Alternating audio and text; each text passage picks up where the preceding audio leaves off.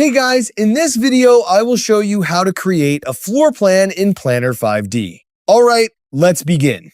First, open Planner 5D and create a new project from scratch. You'll start with a default room that can serve as the foundation of your floor plan. Select the room to adjust settings such as wall thickness, room height, flooring height, and room type. Accurate measurements are important, so use the displayed dimensions to resize the room by dragging its walls until it matches your desired layout. Next, go to the Build section and select Rooms. Drag additional room shapes into your project and position them to create the overall structure.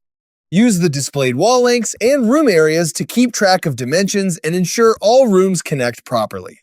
Once the layout is complete, add doors and windows from the Build menu. Choose the appropriate styles and place them where needed. If necessary, use the Draw Walls tool to create custom room divisions.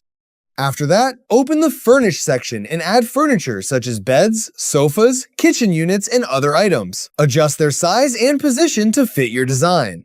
Finally, switch between 2D and 3D views to review the layout, check spacing, and make any final adjustments. So that's basically how you can create a floor plan in Planner 5D. That's it for this video. Thanks.